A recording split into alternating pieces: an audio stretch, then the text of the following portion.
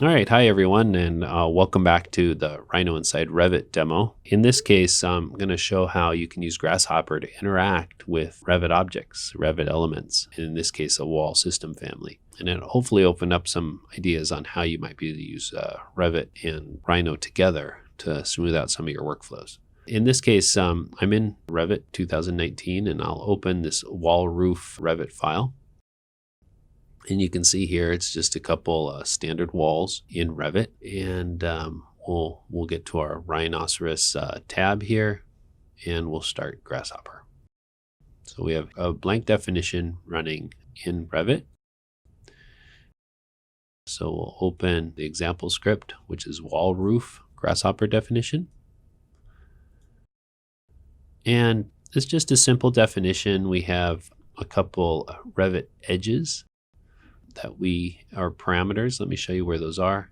If we go to params, we have some special Revit aware parameters that we can use to pick out of Revit and have Grasshopper interact with them. In this case, I used edge right here. And so what this is going to do is, let me just explain this. We're going to grab a couple edges. It's going to loft between those edges. And that loft will show up as a sample over in Revit. And then when I activate this by geometry piece, it's actually going to create a real Revit roof out of that geometry. But let me kind of show you how this works. So I'm going to just say set one Revit edge, and we can pick that. And then I'm going to go over here and I'm going to set this Revit edge. So I right click on that. I can go pick that edge right there. And now you can see what we have is it's creating a preview geometry. This is Grasshopper drawing this preview in Revit.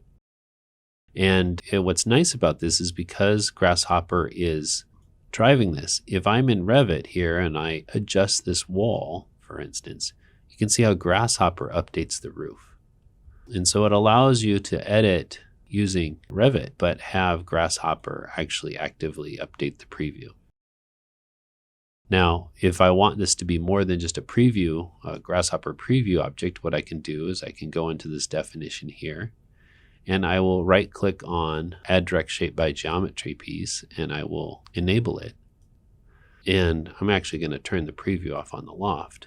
And now what you have is that it's creating a direct shape based on into the roofs category, and it's still live geometry.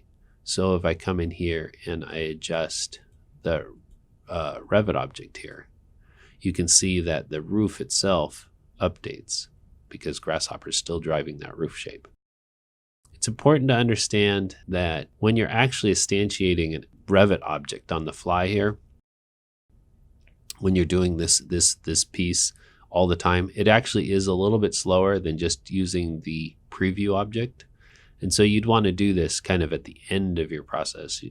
As you're messing around with it a lot, you can just use the loft preview, and that'll be much, much faster.